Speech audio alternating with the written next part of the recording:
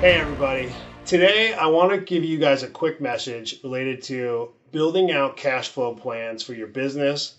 Any construction business that wants to grow or manufacturing business that wants to grow, really any business that wants to grow, you have to have an idea of your cash flow. One of the biggest things and the mistakes that are made is if you don't plan out what the cash flow cycle is going to be for your growth, but also for your current projects, it's impossible to grow. You just basically flip a coin and hope you get lucky. You can't just bid work, take in the revenue, and not know what the cost structure is.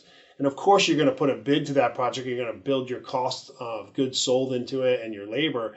But if you don't know what the money that you need to actually execute on that project, you're forgetting the third and most critical piece. You now have to lay out the cash flow model for that project, whether it's construction or whether it's the schedule. You need to know what amount of money it's going to take week by week in that total schedule in order for you to effectively execute on it. And then once you see the cash laid out, then you'll know, oh, you know what? Am I actually going to make the amount of money I thought I make? Is my margin is actually the same? How much money do I need? And if you have all that right money in your business, then you should go and grow.